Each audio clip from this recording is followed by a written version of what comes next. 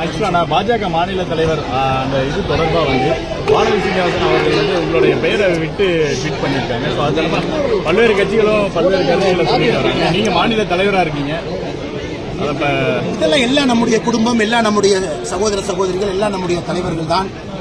யாராவது ட்வீட்டில் எப்படி போட்டாங்க, பேர் அப்படி சொன்னாங்க, பேச்சு அப்படி சொன்னாங்க, அதெல்லாம் யாரும் பொருட்படுத்த போவதில்லை.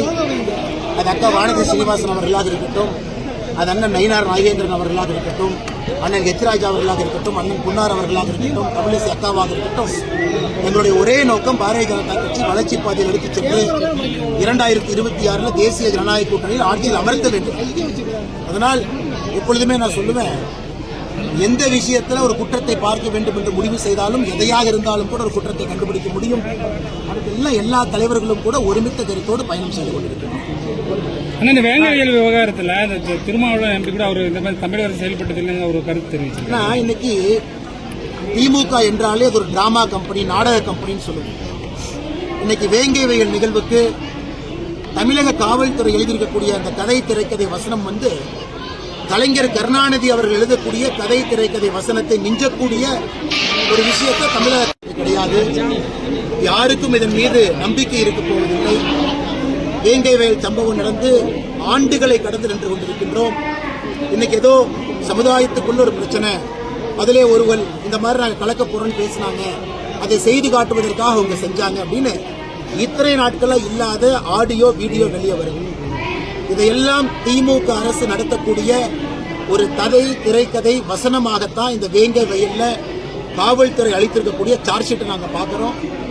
உள்ளத்திலே உங்களுக்கு பயமில்லை என்றால் எதற்காக சிபிஐ என்கொயரியை தடுக்கிறது? இன்னைக்கு கள்ளக்குறிச்சியினுடைய சாராய சாவு அந்த வழக்கில் உயர்நீதிமன்றம், உச்சநீதிமன்றம் எல்லாம் சிபிஐ பரிந்துரை செய்து சிபிஐ வந்துட்டாங்க. முதல் தகவல் அறிக்கையை பதிவு செய்து சிபிஐ விசாரணை ஆரம்பிச்சிட்டாங்க.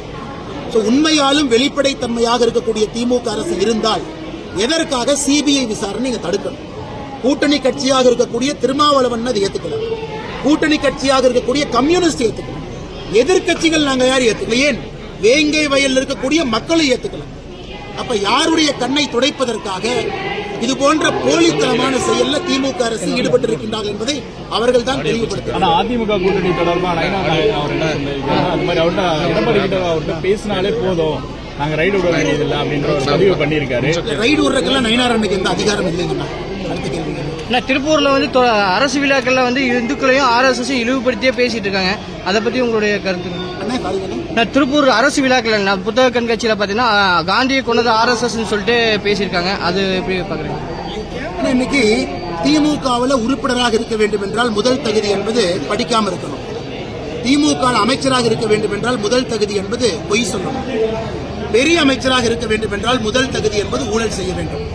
இந்த மூன்று தகுதிகளும் இருக்கக்கூடிய ஒரு திமுக அமைச்சரோ, திமுகவுடைய எம்எல்ஏவோ, திமுகவுடைய மக்கள் பிரதிநிதியோ RSS தான் காந்தியை கொன்றாங்க என்று பொய் சொல்வதில் எந்த ஒரு புது விஷயத்தையும் நான் பார்க்கிறேன். அவர்கள் பொய்யிலே பிறந்தவர்கள், ஊழல் செய்வதற்காக பிறந்தவர்கள், அடிப்படை அறிவில்லாதவர்கள்.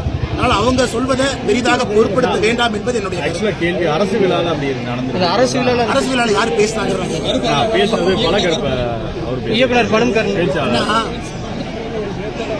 சில பேருக்கு என்னன்னாங்கன்னா, சர்ச்சைக்குரிய ஒரு கருத்தை பேசிதான் மக்கள் மனதில் அவர்களை பற்றி பேசுவார்கள் என்கின்ற எண்ணம் சில பேருக்கு இருக்கு. சர்ச்சைக்குரிய கருத்து நீங்க சொல்லக்கூடிய எந்த தலைவர் பேரையும் நான் பயன்படுத்தல. எனக்கு தமிழகத்தில் எந்த விதமான அரசியல் நடக்குதுன்னா மேடை ஏறி மைக்கு பிடிச்சு, ஏன்னா மைக் இலவசம், வாய் இலவசம், பேச்சு இலவசம். சர்ச்சைக்குரிய ரெண்டு கருத்தை பேசினா மீடியால ஒரு 10 நாளைக்கு இருக்கும். அதன் மூலமாக நமக்கு ஒரு இடம் கிடைக்குதுன்னு நம்புறாங்க. அதெல்லாம் எந்த தலைவர்களையும் எங்கேயும் அது கொண்டு செல்ல போவது கிடையாது.